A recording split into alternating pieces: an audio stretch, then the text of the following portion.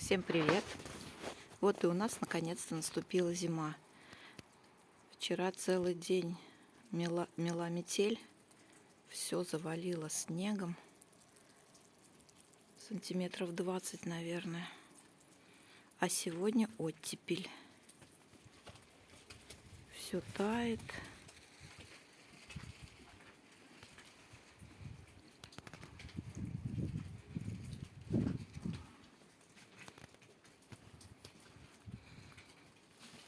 Вот такие сугробы. Крыльцо все в снегу было.